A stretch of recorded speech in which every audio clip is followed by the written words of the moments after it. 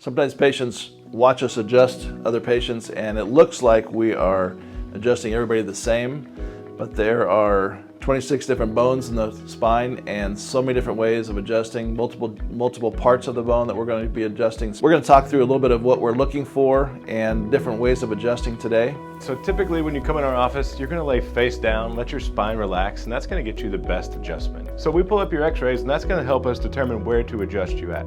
Some people's pelvis is rotated to the right, some people's to the left, some people have a scoliosis to the right, some people have a scoliosis to the left. So there's a lot of different things that look similar when we're adjusting that aren't, right? There's a bunch of different techniques in chiropractic as well. If something's hurting you when you're getting adjusted, let your doctor know. The more that you tell your doctor, the better they can serve you. Chances are there's another different way we can adjust you that's going to work better for you. So as soon as you scan in your patient ID, lay down on your stomach and get relaxed. As Natalie has just mentioned, it's very relaxing and you get a much better adjustment when your muscles are relaxed. So we're going to start with stretching and feeling what is happening in your spine, because every person is different, every spine is different, and even your spine today is different than the last time you were in. So we're going to stretch and then we're going to adjust. So as we're feeling through the thoracic spine, we're going to feel for misalignment, malposition, and loss of movement and function. So as we find T9 here on the left is stuck or subluxated, we're going to adjust that. So we'll have you take a deep breath in and breathe out as we adjust that bone to position. So as chiropractors, we oftentimes like to check the leg length of patients. That tells us what their pelvis is doing. Like a lot of times if you look at the x-rays, one side of their pelvis is rotated forward or backwards, and that's going to affect their leg length. So a lot of chiropractors will check this. Dania has a short left leg, and if we brought them up slowly to check them, her left leg now gets longer, right?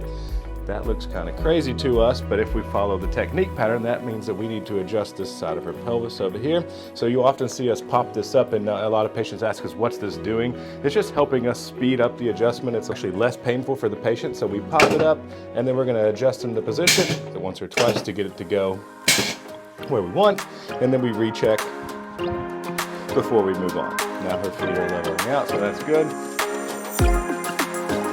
And then lying on our side, we check the lumbar spine and the pelvic, what is needed there. So we're feeling L3 here.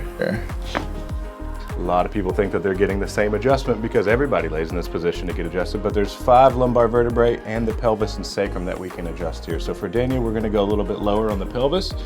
She's just going to relax. We're going to roll her lower body over. So a lot of patients have tension or pain between the shoulders and the neck here. It's not really the neck and it's not really the mid-back. So what we do is a adjustment right here at the junction between the neck and the mid-back. We just roll the patient's head to the side. Nice. And this is a starting position for most cervical or neck adjustments. Palpate for rotation, fixation, and then the upper right here. All right, so for Natalie, we're going to adjust the lower left here. There we go. This is how I've adjusted cervical spines for most of my career. Over 20 years I've done seated before we started doing the supine adjustments. So if you want to try something different, just ask. This works really well for many patients. Drop your head back to the left shoulder. We're working on C7 on the left here. And then we're going to do C2 to the right here, back into the right shoulder. All right, power's on. So if you're fearful of a neck adjustment, if you're fearful of the rotation of the adjustment, come in, let us know.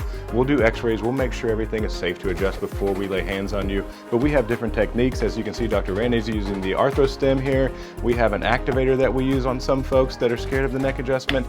So if someone that you know or you love needs care and they're scared of getting adjusted, we can put their mind at ease, tell them to come on in, and we'll show them different ways we can get them adjusted.